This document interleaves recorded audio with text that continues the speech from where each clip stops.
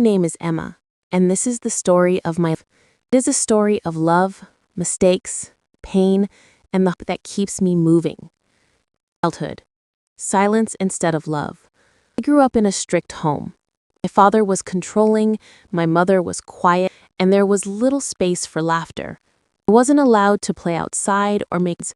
My life was limited to books and silence. I often sat by the window watching children freely, wishing I could join them. In my heart, I promised myself that when I grew up, I would find the love and happiness I never had as a child. Ryan. It was my first taste of freedom. That's when I met Ryan. He was tall, funny, and confident. Like others, he noticed me. He asked me questions, listened to my thoughts, and made me laugh. One day, he told me, "Emma, you're special. I love you." It was the first time anyone had spoken to me like that. I felt seen, valued, and cherished. I fell deeply in love with him. When he proposed, I believed my dream of a happy life had finally come true. Dream shatters. First, marriage felt like a fairy tale. Ryan was kind and caring, but slowly he began to change. He criticized my clothes, my hair, and even my thought, maybe this is normal. Every wife faces this. So I stayed quiet. Over time, his words grew sharper, his were harsher, and I began to feel small, able, and unloved. Motherhood. Strength. The greatest joy of my life came when I became a mother. My daughter Lily was born first, and then holding them, I felt unconditional love for the first time. I whispered to them, "You will always know love. You will never feel the emptiness I felt." Ryan's behavior didn't improve. He stayed out late, grew distant, and one day, in anger, he hit me. I was devastated.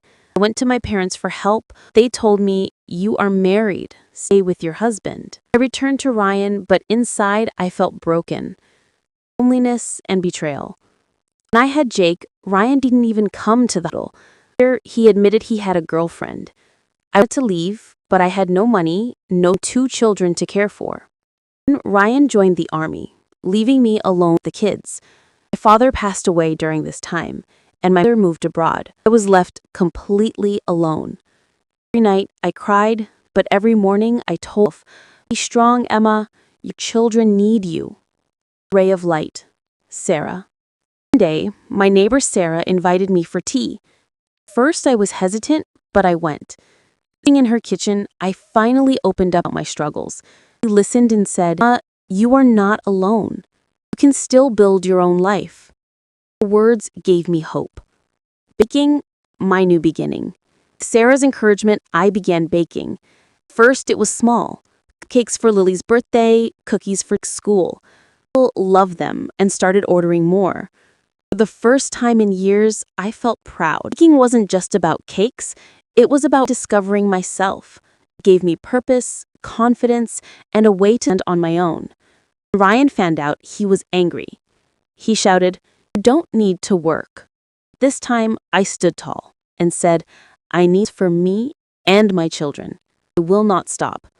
It was the first time I chose myself. A stronger Emma.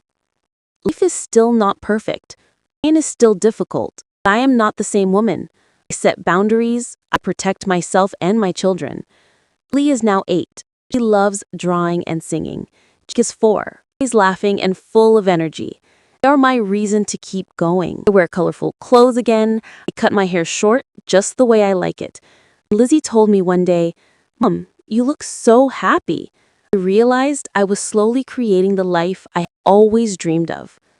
My message. I am Emma, 33 years old. My journey has been hard, but I have learned this.